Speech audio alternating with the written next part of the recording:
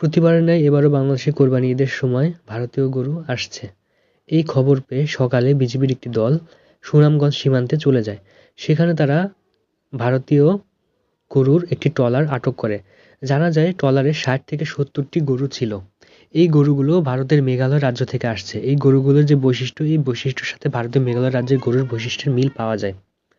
তারা জানা যায় কোনো গরুর ব্যাপারী বা দালালকে তারা এই সময় আটক করতে পারেনি।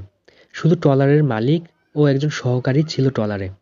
তারা গরুগুলোকে স্থানীয় বিজিবি ক্যাম্পে নিয়ে গেছে, সেখানে প্রক্রিয়াধীন রয়েছে। এখান থেকে এই গরুগুলো সোজা চলে যাবে জেলা প্রশাসকের কাছে এবং তারা যে গরু জব্দের প্রক্রিয়া এটি প্রায় সম্পন্ন করে ফেলেছেন।